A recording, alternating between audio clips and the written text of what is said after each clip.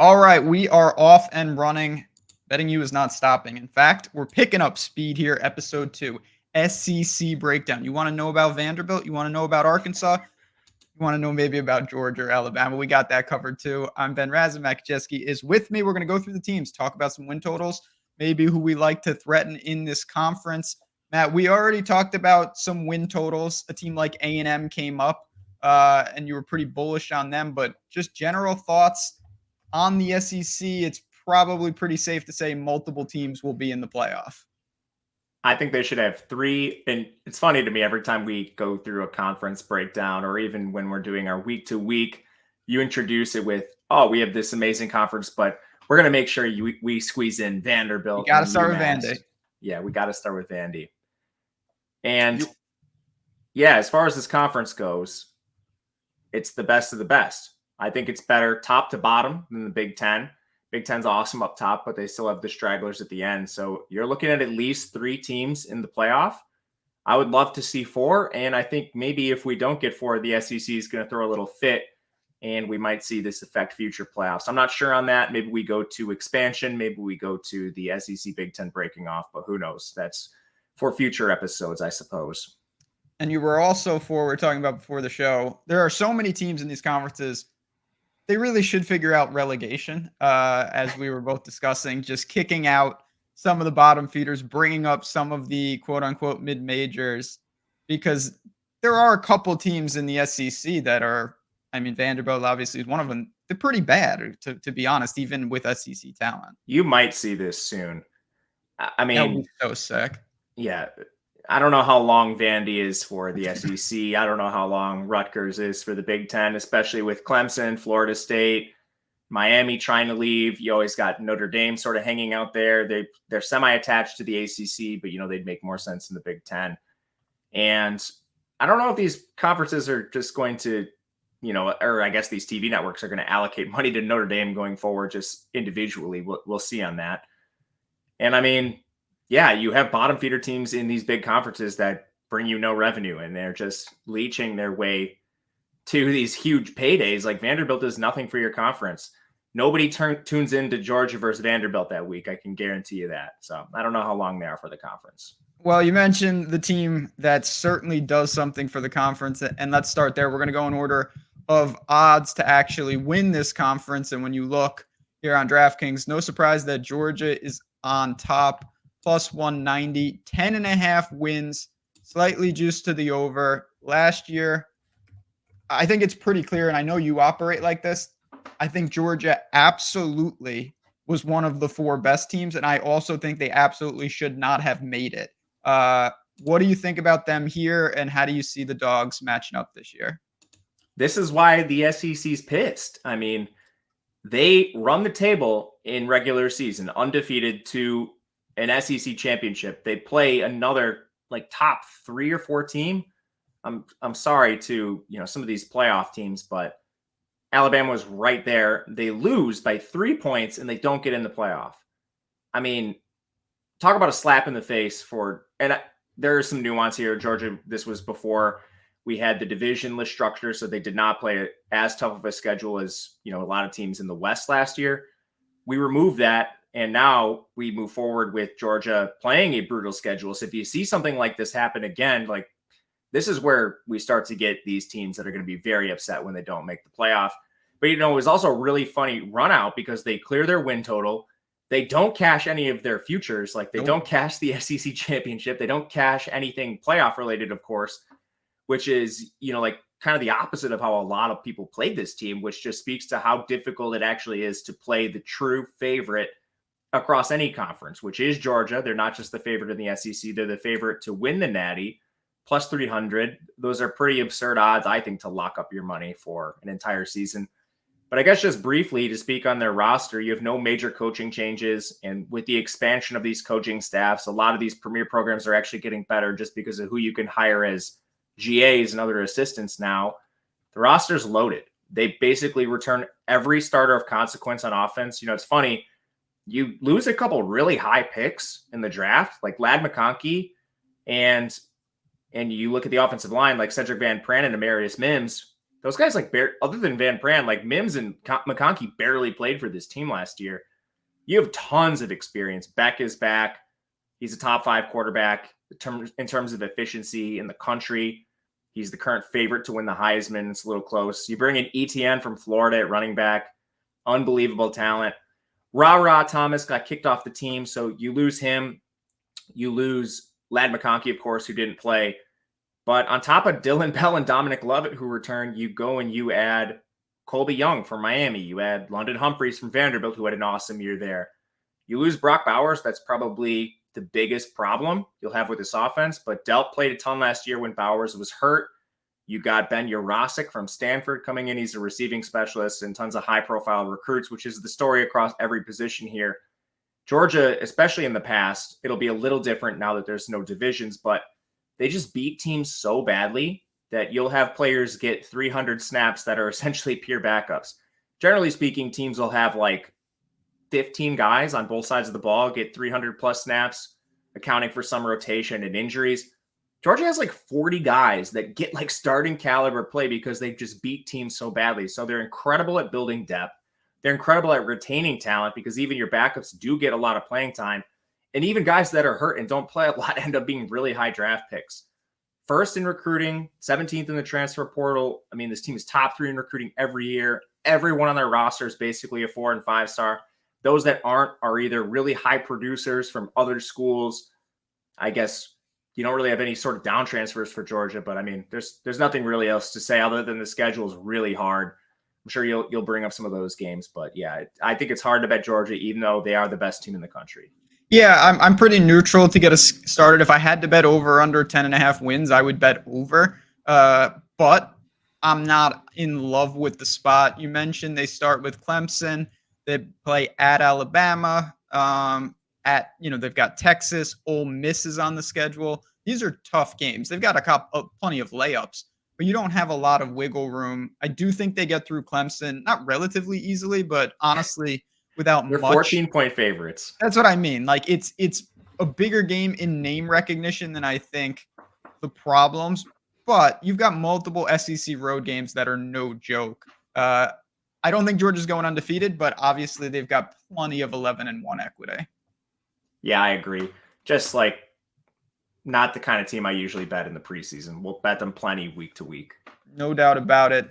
One of their new, I guess, rivals is going to be these games with Texas. That's one of the most difficult, I think you could argue the most difficult on their schedule. And Texas also sports a 10.5 win total. Now, it is very juiced to the under. The books are expecting a couple of losses here. But, hey, Texas was in that playoffs. They return a lot, too. How dangerous are the Longhorns in their new conference?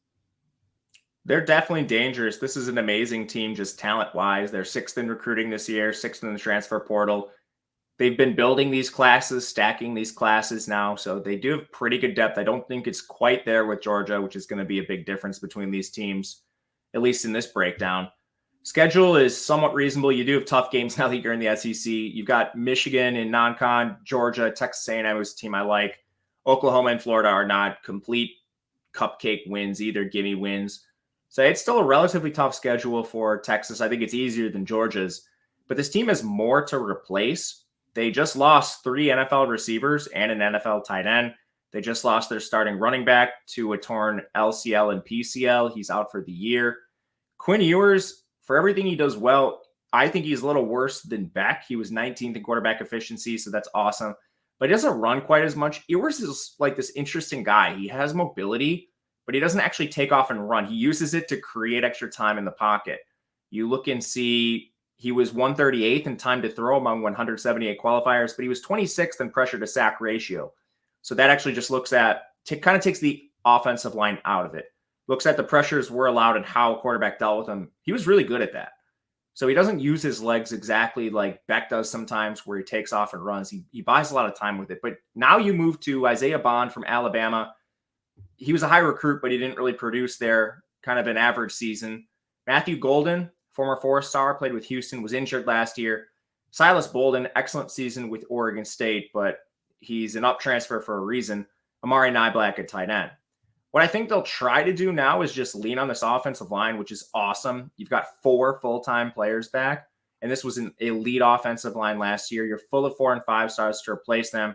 They were 3rd in pass blocking, 54th in run blocking, probably taking a step forward. I think they probably just smash the ball on the ground as much as possible. And the other thing at receivers, maybe they just rely on these elite recruits like Jonte Cook, Ryan Wingo, DeAndre Moore. There's a pretty good chance some of these elite young players end up getting on the field over Bond, Bolden, and Golden. I don't know. On defense, I think they're very good up front. They have 2 major concerns. One is on the interior, losing Byron Murphy and Tavondre Sweat. They also lost their 3rd defensive tackle, Trill Carter. They brought in Tovia Save from Arizona and Bill Norton from Arizona, so I think they'll be okay up there. Edge is really good with Sorrell Burke, and then they added Trey Moore, who's an elite player from UTSA. Not too worried about linebacker, but on the defensive backfield, this was a weakness for Texas last year. They were 59th in coverage. It was easily their weakest unit. They lose 3 players. They were their 3 worst starters, but you're still kind of going to the transfer portal, at least to paper over some of this. They bring in Andrew Makuba from Clemson, who's pretty good, and Javion Cole from San Jose State, who was good at that competition. Those are the 2 questions for me. I don't have any questions with Georgia, but I have 2 with Texas. So that's enough where I think Georgia wins a head-to-head in this conference against them. And then who knows what happens from there. So it's kind of just a stay away on the win total for me. Agree. Yeah, I think that, you lose the Georgia game, now you have no margin for error. And there's 3 or 4 games on Texas's schedule that could trip them up, particularly that A&M game very late in the year. Ole Miss is still, they're up there. They're competing. They haven't broken, through per se. Maybe this is the year. 9.5 wins, straight coin flip. We talked about their former running back in our last episode with Judkins, but what does Ole Miss have? How dangerous are they to maybe represent one of the teams in the playoffs for the SEC? This team isn't sneaking by anyone, unfortunately, like they did last year. They're an offensive juggernaut. That's what you'll get with Kiffin. No major coaching changes again. None of these 3 top teams have. Dart's back at quarterback. He was awesome last year.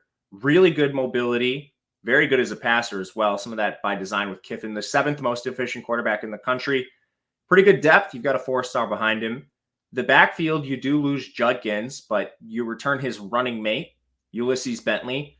And then they just slam the portal. Logan Diggs from LSU. Henry Parrish returns after a short stint at Miami. Rashad Amos comes in from the MAC. So while you don't maybe have the highest end talent like you did last year with Judkins, you're filling this with so much depth that they did not have. And then you look at receiver, your top 2 guys are back, Trey Harris and Jordan Watkins. That's awesome. Antwain Wells comes over from South Carolina. He was injured last year, but in 2022, he had an elite season. He was voted by coaches as the number 1 receiver in the SEC coming into last year before his injury. The offensive line is still a concern for me. Where we see Ole Miss separate from these Georgias, Texases, they don't have the same depth. They're awesome in the portal, but their recruiting suffers. They're still 21st in recruiting. Last year, they were 86th in pass blocking, 82nd in run blocking. And a lot of people will talk about like depth issues. They didn't have that many injuries. Like their top 4 offensive linemen started every single game. You just had Micah Pettis miss a couple. And that derailed their team entirely, like 1 injury there.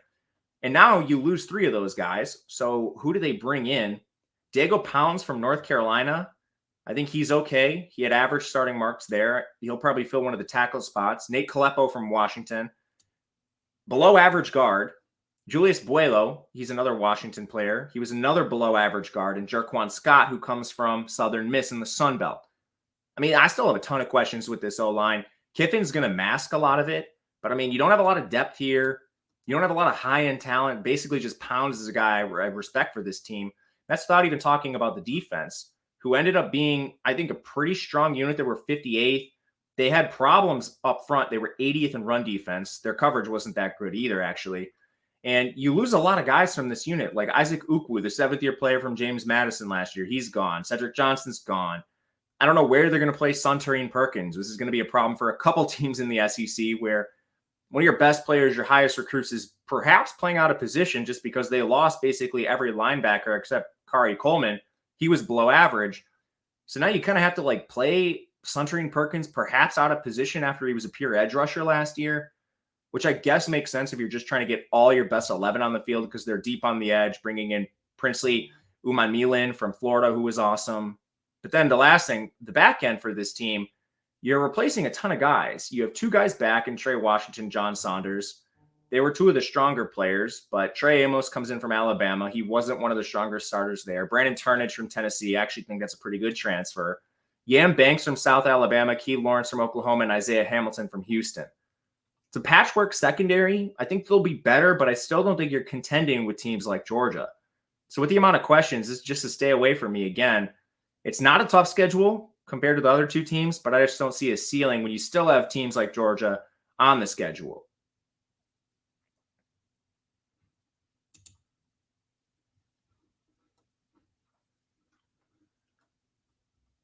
You're on mute, I think, Ben.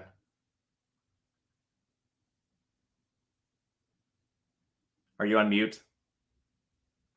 I got so excited that I had to mute myself to give my flaming hot Ole Miss takes. I was hoping that it wasn't me just losing. No, don't worry, people. We're all good here.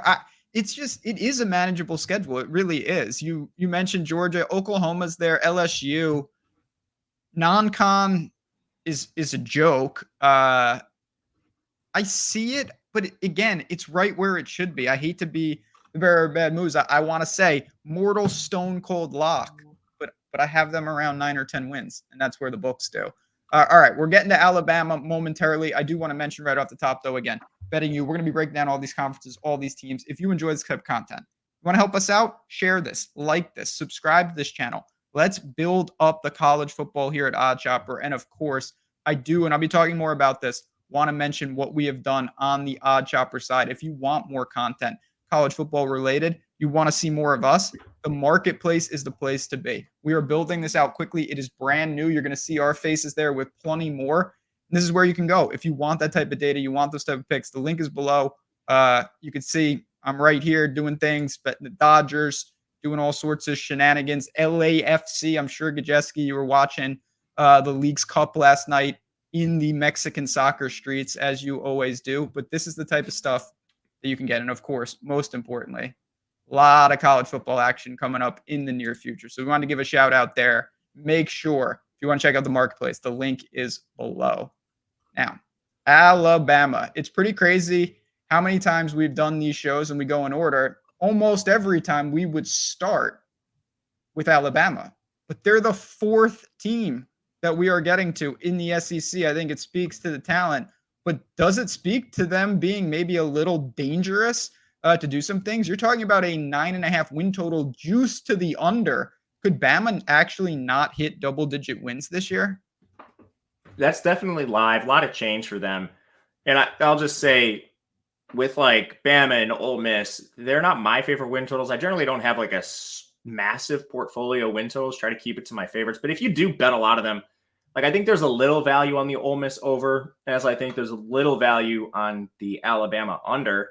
It's not going to be on my card, but if I was picking a side, that's where I'd go. Starts with Georgia, really tough game there. And then you don't have that many cupcakes on this schedule in conference. Of course, you play Western Kentucky, South Florida, and Mercer in your non-con. That is what it is. But then you've got just Vanderbilt, and I think every other team is somewhat live. Auburn gives them a tough game every year with the rivalry. South Carolina is pretty bad, but we'll see about them. Otherwise, I mean, like, Oklahoma's a good team that's on the road. LSU's a good team that's on the road. Tennessee's a good team on the road. Wisconsin on the road. Like, you got a lot of your best games on the road, which is where I think this starts. Aside from everything coaching-wise, you hear a ton about Saban. Like, let's talk about the roster first. Milroe's back after a quiet, awesome season. This is a guy that was 14th in QB efficiency. People think he's bad. I think it's just they see there's like 2 plays every game. I know you've seen this, Ben. Milroe does something horrific. Yes. And then people think he sucks. And all the other stuff is pretty reasonable and pretty good. Like he's, 4th in the Heisman market right now? He's awesome on the ground. He actually had a really good, like, big-time throw to turnover-worthy play rate, which just looks at how many times you should have turned the ball over. 27-11. That's awesome. O-line's going to be better. They got better through last year. It was a huge talking point for people that didn't pay attention throughout the season. And they're breaking in young players like Caden Proctor, 5-star freshman. He had a little bit of a rough go in the beginning, became a very good player towards the end of the season. Their pass blocking numbers, run blocking numbers all improved throughout the year.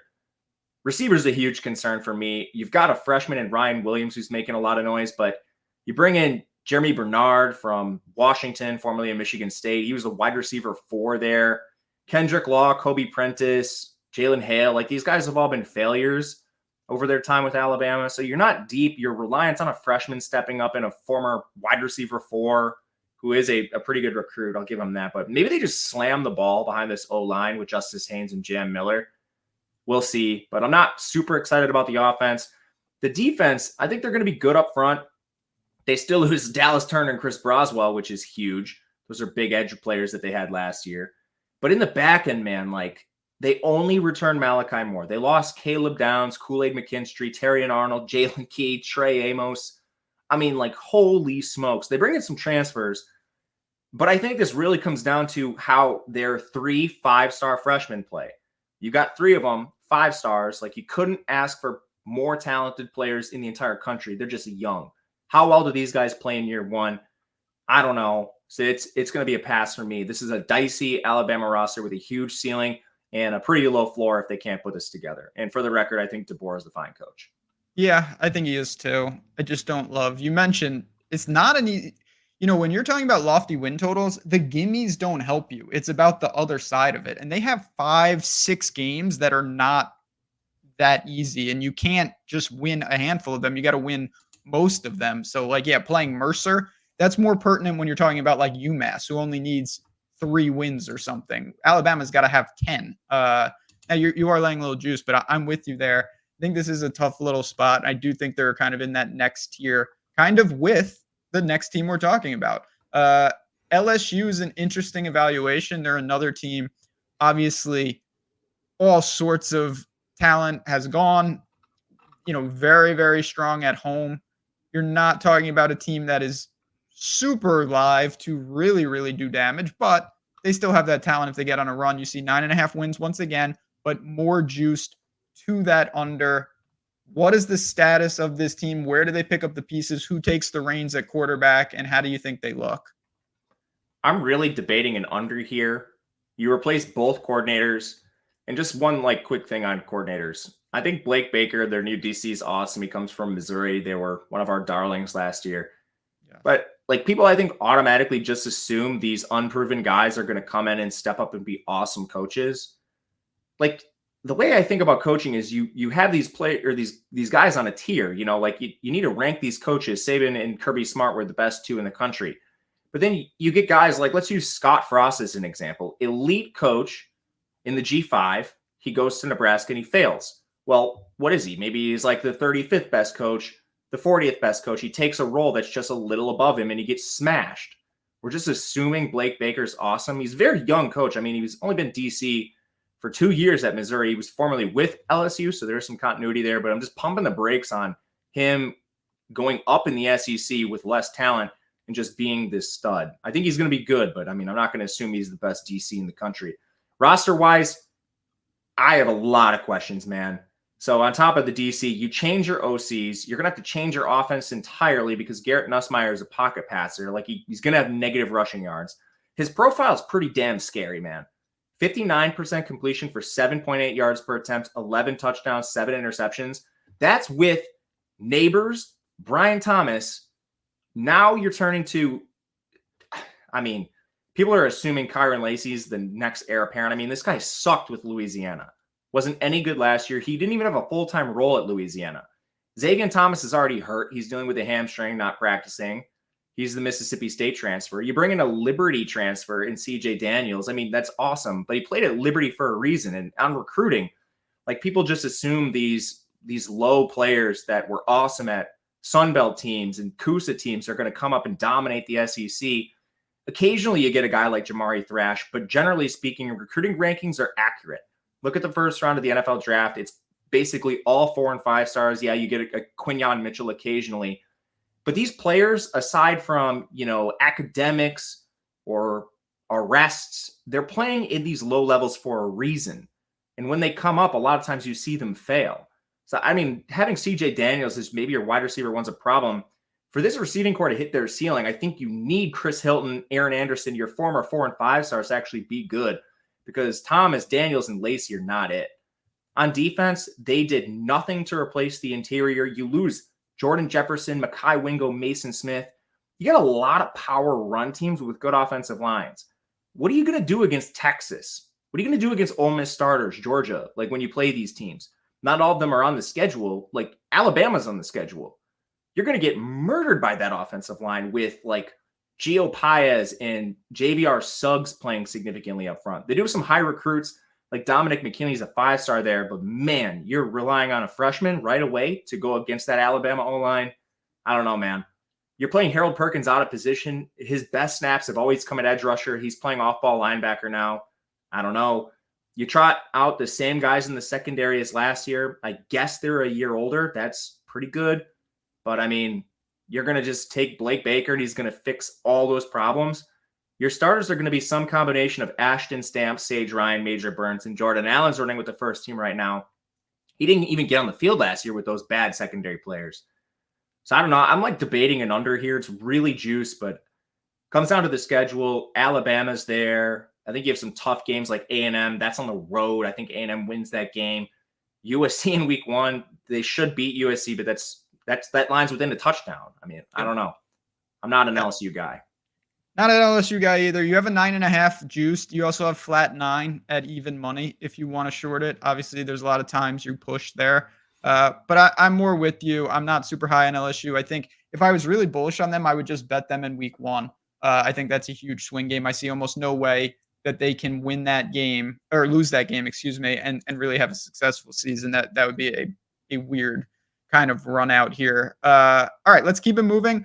We don't need to spend a huge amount of time on the next game or next team, only because you've talked about them a little bit. I definitely want to hear your thoughts again on Texas A&M. I know you are bullish on them. Just talk to me about the Aggies briefly. Again, they made the win total show as one of the teams that you were high on with their new coach and all their talent. Yeah, I love this roster. Wegman's awesome. 3 great running backs. Your receivers all have experience because of injuries last year. Offensive line should be top 3 or 4 in the country. Defense has a ton of talent. You haven't seen a lot of it yet just because it was young 4 and 5 stars over the last 2 years. Your transfers are awesome. Like you bring in Purdue's best player, Nick Scorton, on the edge. Since we talked about this 2 days ago, the only thing that's really changed for me is I think I would rather bet them to just make the playoff than their win total. Okay. Because the schedule's, it has some tough teams. They do dodge Alabama, Ole Miss, and Georgia, which is good. But you're still probably going to have to knock off someone who's pretty good to get this win total. If you do that, we're expecting 3 teams out of the SEC. We've already talked about a few at the top we have concerns with. I think Texas A&M to make the playoff at plus money, plus 220 is where I'm going to go with this, is my preferred bet. And I don't hate them as a really long shot natty piece. They're 45-1. I mean, that's a pretty long shot bet that you could potentially look at with A&M. This roster is right on par with a lot of the top ones in this conference. Yeah, you get in the dance. You never know. Okay, I see that. I think this is where, for me, now we start to get into the unknowns of this mega conference with these teams that certainly are no pushover, but they are more in the quote-unquote spoiler than serious threat. And the first one is Tennessee. Juice to the over, so they're expected to have a good year at 8.5 wins. The Vols have had some success, and they've certainly come back to relevance in the past years. They play at lightning speed. What do you expect from them this year? How serious of a threat are they? Very serious threat. This team is building the best quarterback room in the country. It's just all unproven right now. They got an elite recruit for next year's class too. I mean, they're so loaded. And it starts with Nico Iamaleava. I don't know how to say his name. So sorry, Nico. But former elite recruit. Saw him. He had a really good game against Iowa's defense in the bowl game. And Iowa did not have a lot of opt-outs. You were getting full on Iowa in that game. That was really the only time we've seen him in extended run. And the only concern I really have is he needs to clean up some of the young player stuff. He took 6 sacks on 12 pressures. So he's just hanging on to the ball, trying to be a superhero, which probably worked in like high school and stuff. But I mean, really high level recruit. And he has an awesome cast of skill position players to throw to. Awesome offensive line. You've got 5 players back with starting experience. They're due to injuries. You bring in Lance Hurd, who was on that LSU offensive line before he got hurt last year. They were an average unit. This team should climb well above average. Their receivers are better. So many injuries. Brew McCoy's already back practicing, which is awesome for him. Squirrel White is what he is. He was a solid player. But then you bring in Chris Brazel from Tulane. Awesome player. Mike Matthews is an elite recruit this year. So you're not only just bringing in transfers, but you have a lot of high-profile recruits. Players like Chaz Nimrod and Dante Thornton played a fair amount due to injuries. Really good offense. On defense, my only real concern is the secondary. They already lost a starter in Jordan Thomas. So teams that are going to air it out against you, I think, are potentially concerning, like when you face Texas and Ole Miss, although those teams may run a bit more this year. But they're really strong up front. This edge group's going to get after people, so if anyone has a problem on their O-line, that's going to be an issue Tennessee can exploit. And this schedule is reasonable. I think most of the time they're winning 8 or 9 games, which puts them right on their win total. They're only clear underdogs against Alabama and Georgia, in my opinion, but every other game is winnable. So, I mean, like some longer shot Tennessee stuff somewhat interests me, but I haven't placed anything. Yeah, it's manageable. So you got 2 tough ones. Obviously, Georgia on the road, brutal. Tennessee and Alabama is always a wild game. And then you've got the standard. You've got Oklahoma. You've got Florida. Non-con, I mean, we don't need to get into NC State. How serious of a threat is NC State to knock them off?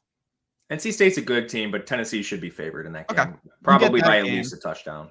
Because you got Chattanooga win, Kent State win, UTEP, that should count as 2 wins. And so, yeah. Vanderbilt. Yeah, Vanderbilt, that's 3 wins. So they're at like 11 or 12 in my counting. But no, I mean, I think they've got Arkansas and Mississippi State. Your bottom 3 teams in the SEC who are non-competitive are Arkansas, Mississippi State, and Vanderbilt. Yeah, they have a weird schedule where they've got like 6 or 7 almost put them in Sharpies, and you got to get Kentucky, you've got to get Florida, and I think you're basically there. You are laying some juice, but I'm with you with this Tennessee team. And again, we'll recap at the end, but I'm okay buying there. If you are having a more, a larger portfolio of win totals, I think they can be on it. Missouri is the darlings from last year, probably the cash cow for this show. Every year we try to have one. We had Kentucky at times. Missouri was awesome for us last year. We both made a lot of money, and certainly I hope a lot of people watching did as well. Secret's out now. 9.5 wins. Big time juice to the under. Can they keep it going? I mean, they had a lot of dramatic wins last year. That is a lot of wins, though, for this Missouri team. Absolutely. I guess it starts with the schedule for this team because it's one of the weaker SEC schedules. That immediately works in their favor. So, I mean, non-con is a complete joke for this team. I'm sorry, Ben. They have to go to UMass. You should go to that game. I might. I want to go to. They got UMass and Murray State, which. But they go to UMass. They go to your backyard. You want to go up there? The horrible dozens of stadium people you guys have. We got a stadium. The dozens of people that'll be there. It's going to cause quite a ruckus. Why is my first question, but. So yeah, you've got 4 wins in non-con. You played the bottom 3 teams in the SEC. You're at 7. Now you're looking at picking off a couple games against at A&M really hard. You play Auburn, who's a bottom 5 team in this conference. At Alabama's brutal. South Carolina's a bad. You play the bottom, you play maybe 5 of the bottom 6 teams in this conference who they should all be significantly better than.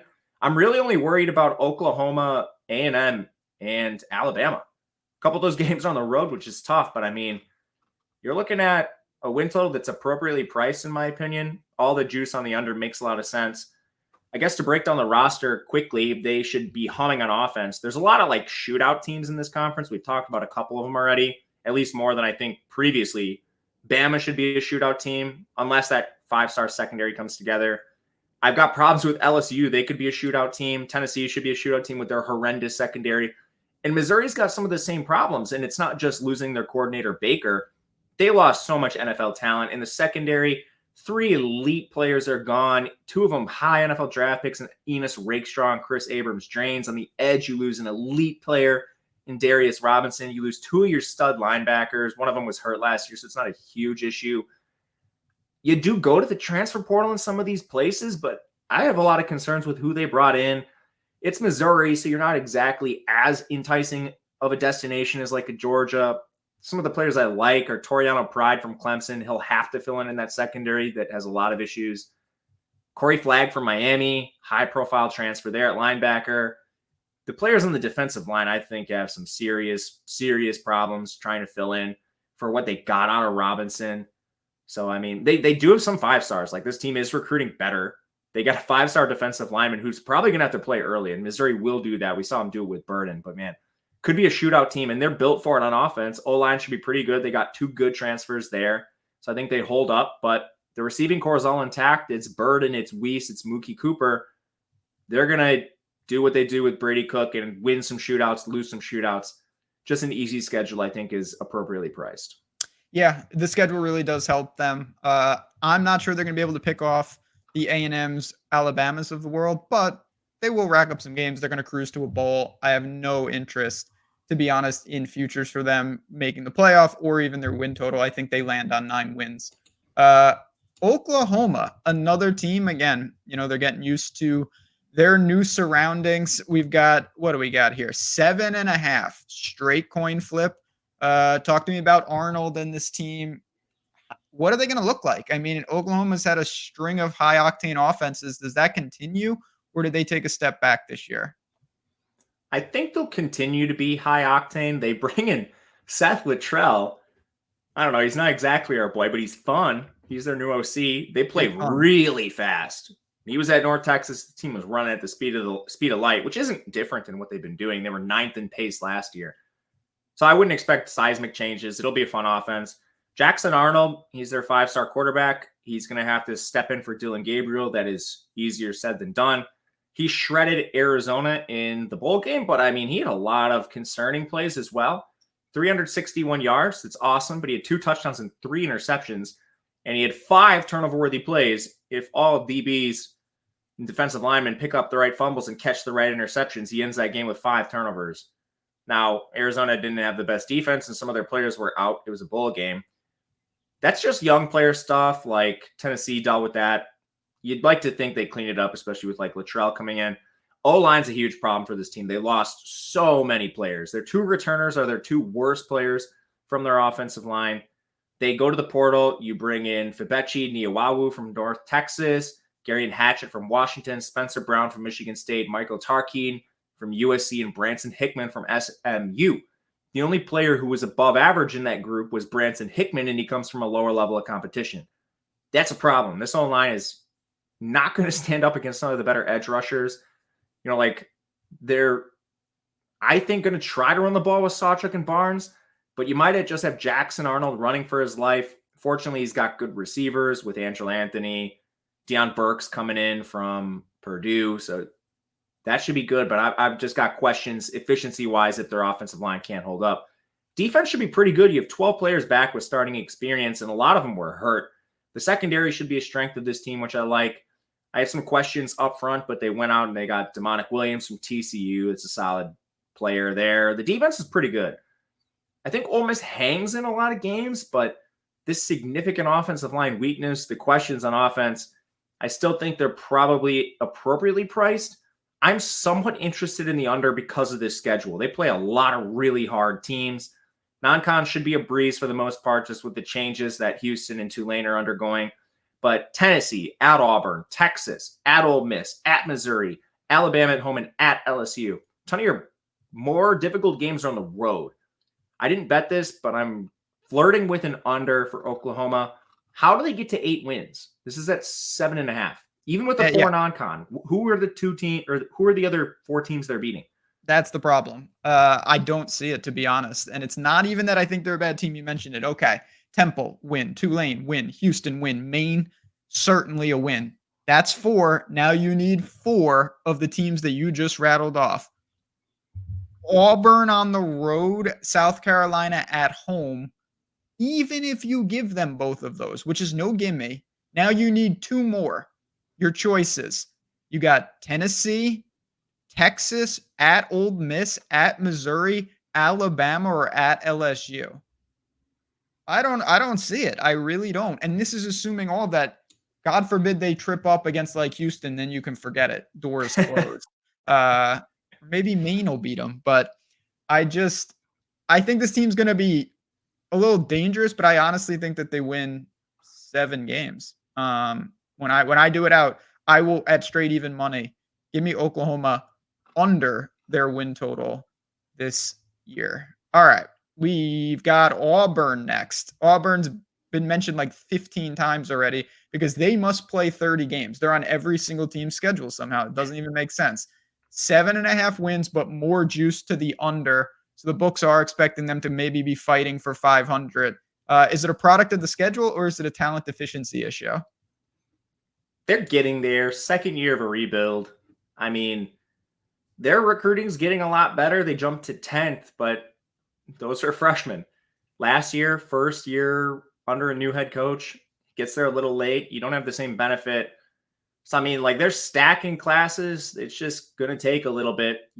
They purposely did not go out and address quarterback because they know they're not competing this year, which I love. I love that sort of self-realization from Auburn. You know, we can't compete this year. Let's stack guys, not waste our NIL resources on players that are just going to make us be, you know, like a decent bowl team. So they're trotting out Peyton Thorne is what it is. Their receiving room is really lackluster. Keandre Lambert-Smith, Robert Lewis. The bright spot is 5-star freshman Cam Coleman. I'm really excited for him, just not so much year one. A lot of times you see this with elite recruits like Ted McMillan. Had a good freshman year, nothing crazy. You saw that with Luther Burden. Played a lot, good freshman year, nothing crazy. And then they just absolutely burst on the scene later. You do have some pretty good recruits for Auburn outside of these players, like 4-star freshman Walker White. Probably a redshirt year for him. We'll see. Offensive line returns a ton of production. They were just horrendous. I don't think they're much better than average on this unit. And part of the reason they weren't good is injuries. So perhaps they have more of a ceiling than I'm giving them credit for. Their best part of their defense was their secondary, 15th in coverage. They lose basically everybody. You only have Kayan Lee and Keontae Scott back. You only brought in Antonio Kite, who doesn't have a lot of experience. He was a high Alabama recruit, and Jaron Thompson, then a JUCO guy, Laquan Robinson. So, I mean, their secondary is bad. They'll be better up front. They have pretty good linebacker play, and they return a lot on the edge. But, I mean, yeah, it's just a middling Auburn team. They're the kind of team, like they were last year, who's probably going to spoil a win total for one of these teams up top. But I don't think they do this 5 or 6 times. Luckily for them, non-con's easy. I think they do beat Cal, probably closer than maybe some people think. But, I mean, outside of that, who are they beating that's not non-con? Vanderbilt and Arkansas, that puts them at 6. Maybe you pick off a 7th, which they do every year. That's right on their win total, basically, including the juice. So it's going to be a stay away. Yeah, I think they're going to be a tough out, and they're probably going to lose the games that they should lose, and they should roll. You know, obviously they're going to beat Alabama, A&M, Vanderbilt, Louisiana Monroe types. New Mexico, I don't think is going to be any good. Big time cupcakes. So I like Auburn in life. I think they are building, but I don't think it's this year. They're kind of like South Carolina to me in the sense that they're taking strides, but I don't know if it's this year. Where are we going next? Yes, Kentucky. Kentucky was, as I mentioned, darlings of this show a couple years ago when they had Levis and Liam Cohn. A lot going on. Times have changed a little bit. 6.5 wins. So will they be 7-5, 6-6? You tell me. What do we see for Kentucky this year? They've got 3 non-con layups to start with. That's helps. Really good. Louisville's not a layup, but they did beat them last year, and I think Louisville's a bit worse. In conference, they draw Georgia, Ole Miss, Florida, Tennessee, Texas, tough games. I think you need to beat basically 2 of these 3 teams to hit this win total. Auburn, Florida, Vanderbilt. Can they do it? I think it's appropriately priced for that being what your schedule comes down to. You probably beat Vanderbilt, but Auburn and Florida are going to be close games for this team. I mean, it basically comes down to those 2 games, which I don't think we can say for a lot of other teams that we've talked about. But as far as roster goes, I like it. They're at a somewhat talent deficiency compared to some of the other elite teams, but this team is still 24th in recruiting, 21st in the transfer portal, which is crazy that it puts you behind so many teams in this conference. Just shows you how good the SEC is. Brock Vandegrift comes in at quarterback, 5-star, hasn't played. He's with Georgia. A lot of, like, when you look at down transfers, I like players that come from Georgia, Bama, Texas. because even though you're not playing, you're getting elite coaching. Chip Trayanum comes in at running back from Ohio State, is what it is. He's got big shoes to fill. O-line replaces just one starter, and they bring in Gerald Mincey. He's from Tennessee. You also have Jalen Farmer. He's from Florida, so good transfers there. Should be a good O-line. Receiving room is not spectacular. You lose Tavian Robinson. Dane Key and Barry Brown are two former 4-stars. I don't really buy Jamori Macklin. He's one of these low-level transfers coming up. Was really productive, but at North Texas, defense returns everybody. They only lost 3 main contributors, and because of injuries, they have 13 players that have starting experience over 300 snaps. You bring in good transfers. Jamon Dumas-Johnson was a starter at Georgia. Christian Story from Alabama. DJ Waller from Michigan. The players that don't have experience are elite recruits. You also have 5 4-stars coming into this defense. Kentucky is going to have a nasty defense this year, and they were already pretty good last year. It's just like, can this really slow offense that Bush Hamden's going to use keep up? You know, I don't really have a lot of interest in a win total, but I think I might be betting a lot of Kentucky unders. I don't know. What do you think? Yeah, I mean, if I had to take, again, we're breaking down these teams. If I had to take a side, I actually do think they get to 7. I think they can kind of sneak through in the traditional way, as what we mentioned, or I don't think it's impossible that they knock off one of the, Tennessee, Texas, Ole Miss. I don't think they'll beat Georgia.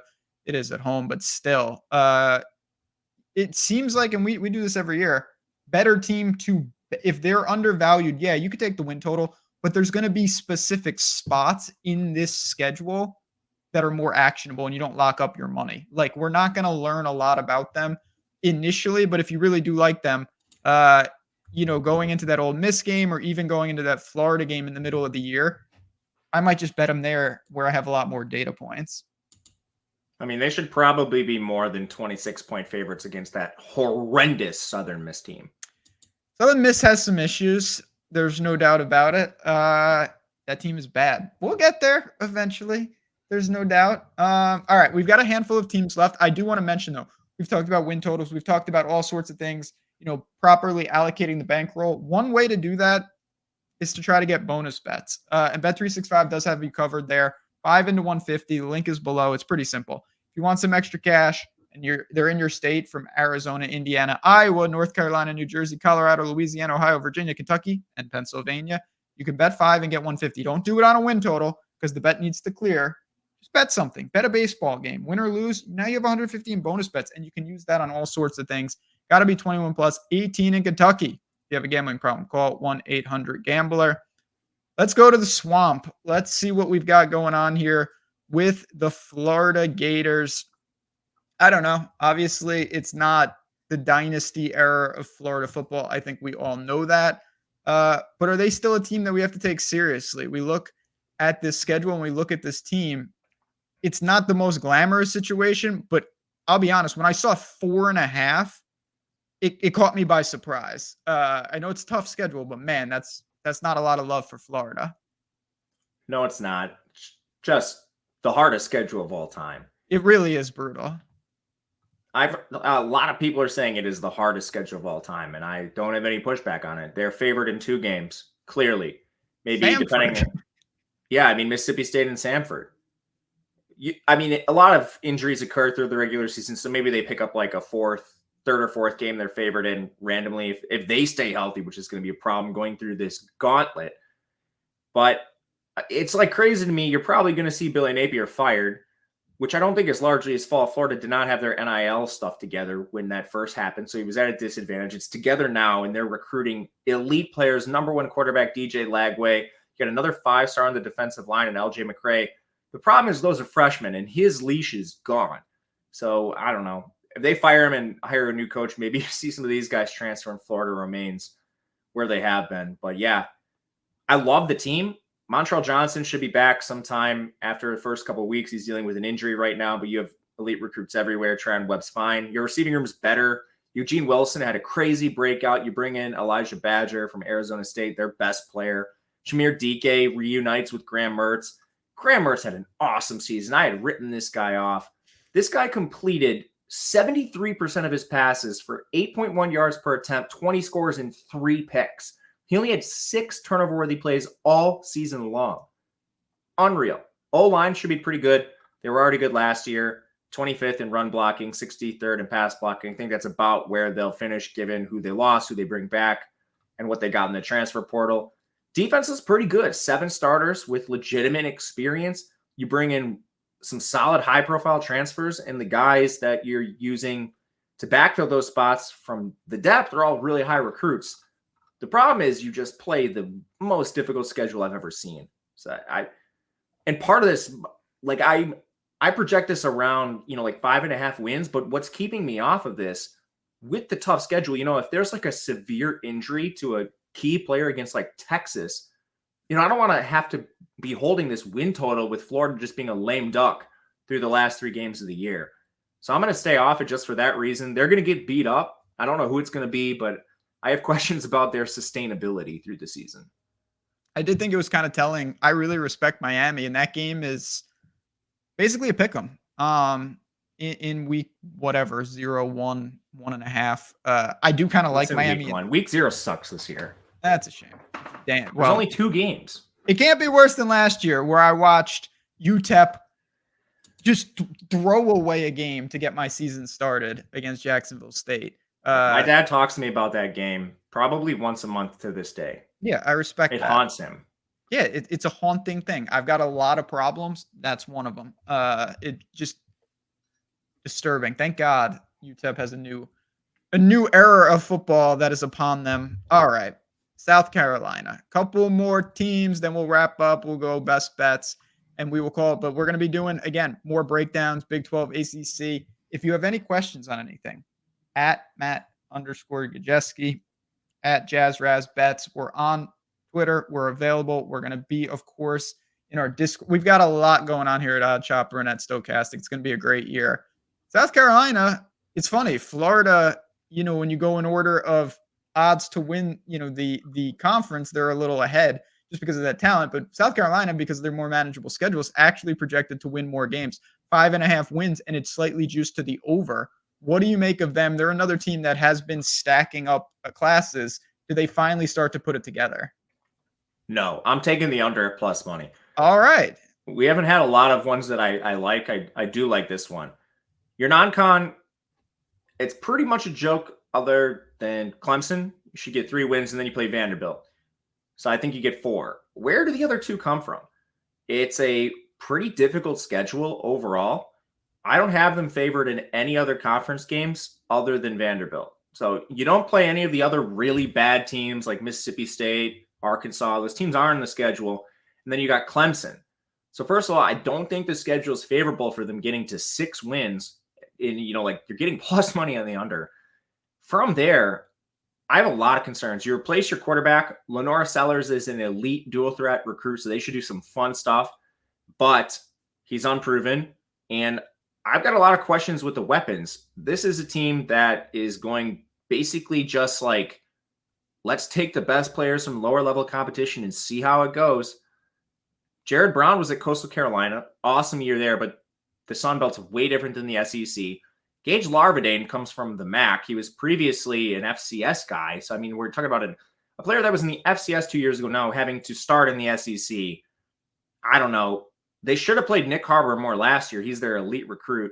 He's one of the most athletic players in the country. He runs track for this team, which I don't know if that's a positive or a negative. He's super fast, but he doesn't play in the spring because he's doing track. I don't know. Their offensive line is horrendous. Horrendous. 4 starters come back. I don't care. This unit was 106th in pass blocking, 121st in run blocking. They were bottom 10 run blocking unit in the country. Good luck, Raheem Sanders. Good luck, Oscar Attaway. You are playing behind a bunch of bozos. Their transfers on the O-line are terrible. You're talking about a guy from NC Central and Simpkins, Kamar Bell from FAU. I guess that's reasonable. Aaron Parks never played at Oklahoma. This O-line is going to get murdered in games. On defense, you got 7 players back. Their defense was bad last year. I guess their best unit was their pass rush. They lost Jordan Strachan there. That's a pretty good unit. I'll give them that. On the back end, what are they going to do? That unit was not great, and it made sense. They lost a couple NFL players the year before, but they were 106th in coverage. You got 4 starters back. None of them were any good. Your transfers are from Tennessee Tech and Pitt. I kind of like Buddy Mack, but Gerald Kilgore from Tennessee Tech, I mean, I don't know. I'm betting the under with this team. No easy wins on the schedule in conference outside of Vanderbilt. Yeah, man, I think you've got 4 wins, and I don't know where the other 2 come from. Yeah, I mean, the killer, there's a couple of teams like this, obviously. One of the things that's always really tough for South Carolina is they have to fill a non-con with Clemson every year because of the rivalry. So they only get, like, that could have been another made-up school, but it's not. So they only have Akron, Old Dominion, and of course, Wofford Terriers. That hurts. Obviously, the win total would be a little different if it wasn't Clemson, but I see what you're saying with them. Going to be a scrappy team, but you are getting plus money. And now we're about to get dangerous. There are 3 teams left. And to me, these 3 are all really, really, really in some tough situations. Your boy at Arkansas. Talk to me here. 4.5 wins. Pretty simple. Slightly juiced to the over. Can they get there? I don't know. I want to say no, but this truly comes down to 2 games. How they play against Mississippi State and Oklahoma State. It's like Kentucky's schedule. You've got basically every game you're going to lose. Your non-con is really easy outside of outside of Oklahoma State. So how do you do again? And you don't play Vanderbilt. So I mean, your easiest conference game is Mississippi State. They're better than Mississippi State. That should be a win, but they're not that much better where I'm confident in it. And Oklahoma State's a reasonable team with a lot of returning production. So I don't want to bet a win total on either side that you either need to win them both or, like I'm more interested in the under, I guess I should say.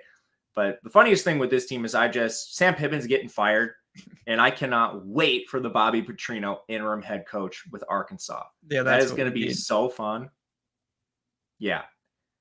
I guess we should talk about who's on the roster. Their quarterback is Taylon Green.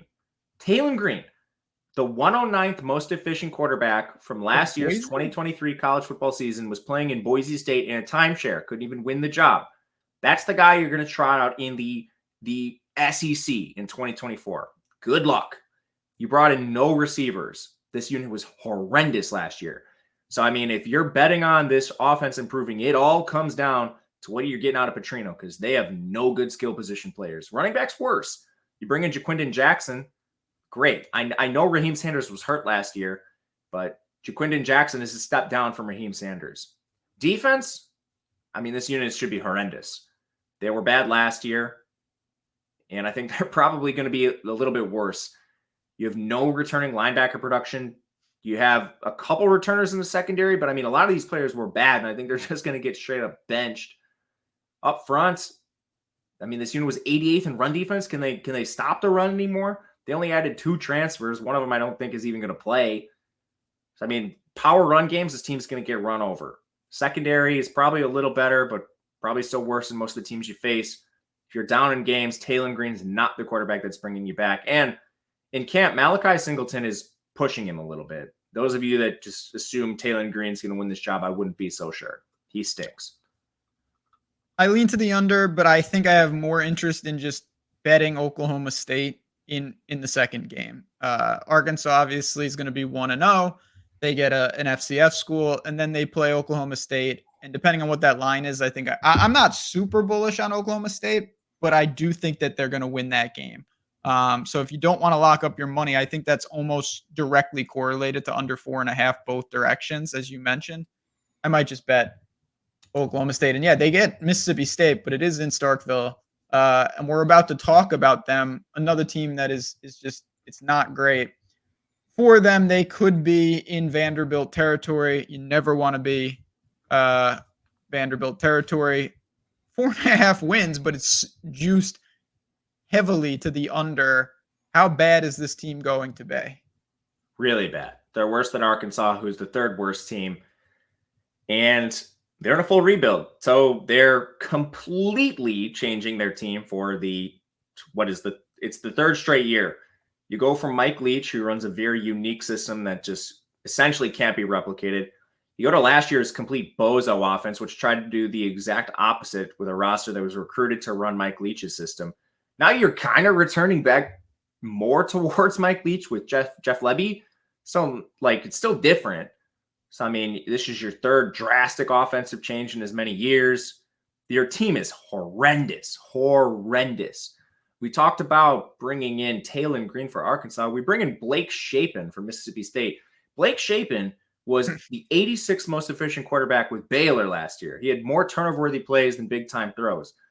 He doesn't run. He had 29 rushing yards, good for 0.4 yards per carry.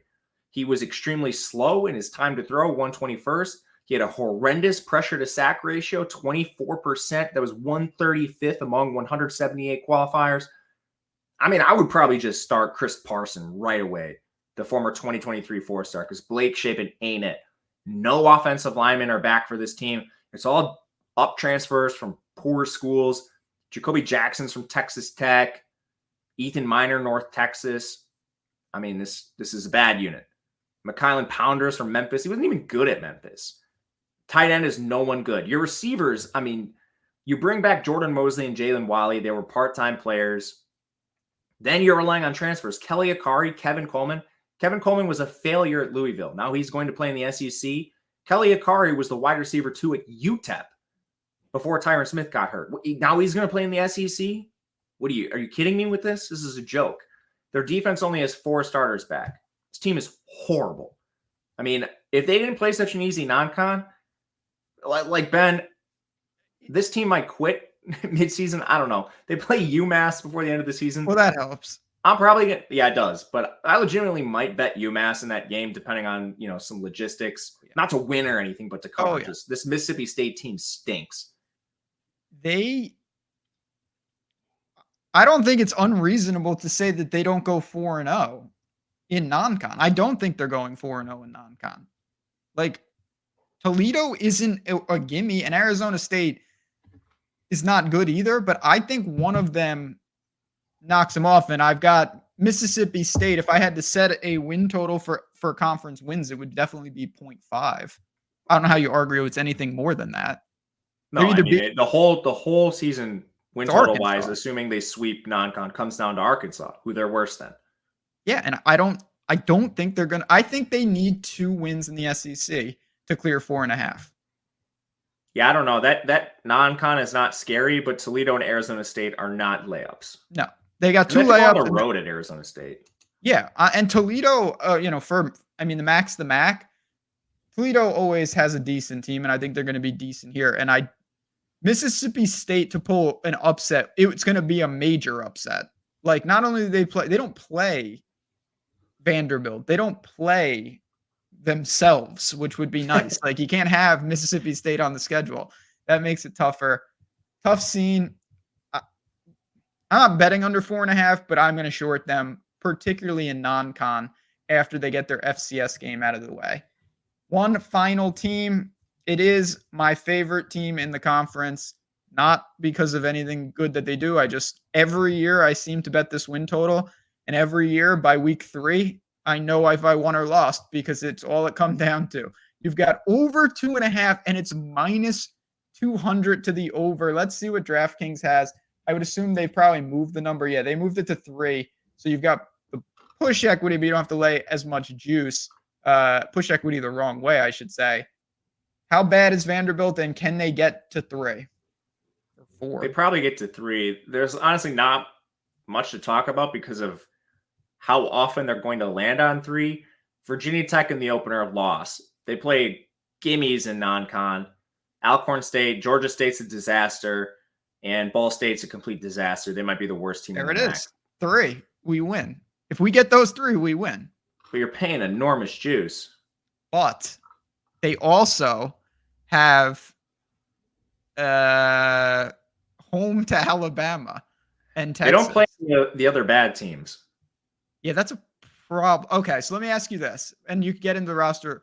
SEC games, win equity. Obviously, I think it's pretty clear to me. Home to South Carolina is their best shot. Would you agree? Yeah.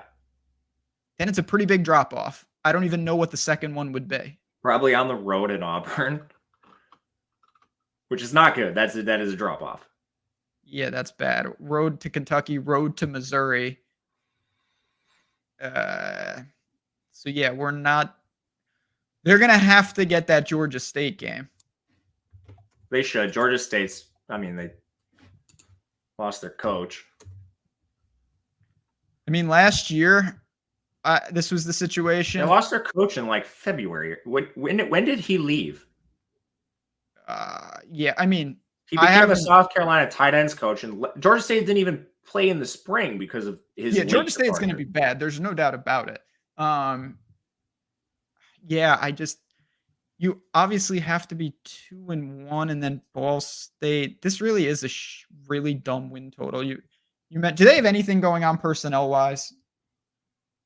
I mean, I have said that this team is better for years now, and I'm starting to question what the hell I was thinking because you've been hanging around with me. Yeah, this team is 40th in recruiting this year, 37th in the transfer portal, give or take some spots every year. That's where they finish. Like, this is not a bad team if you put them in any other conference other than maybe the Big Ten. You know, they'd probably go to a bowl. And I say that, and then I see them play these horrendous games. Like, they should have lost to Hawaii last year. They did lose to a horrific Wake Forest team. Yep. So, I mean, like, that is not the play of the 40th best team in the country. So, where are you, Wake Forest? Or where are you, Vanderbilt? Is this just atrocious coaching? What's the deal? And on the field, they're going to be somewhat fun, I think. Like, Diego Pavia comes in. He should win this job. The problem is they're a feeder team for all the other teams now. All their best receivers are gone. Running back, good luck to Cedric Alexander, the former 4-star. He should leave because this offensive line is just negligence. They have 3 players back that were bad. Their transfers are bad. 119th in pass blocking, 110th in run blocking. Maybe a slight step up. On defense, I guess the best thing I can say is they got DeRicky Wright back from his little brief appearance at Texas A&M. But, I mean, he's like their only good player in the secondary. They already lost Marlon Jones Jr. He's out for the year with some personal health issues.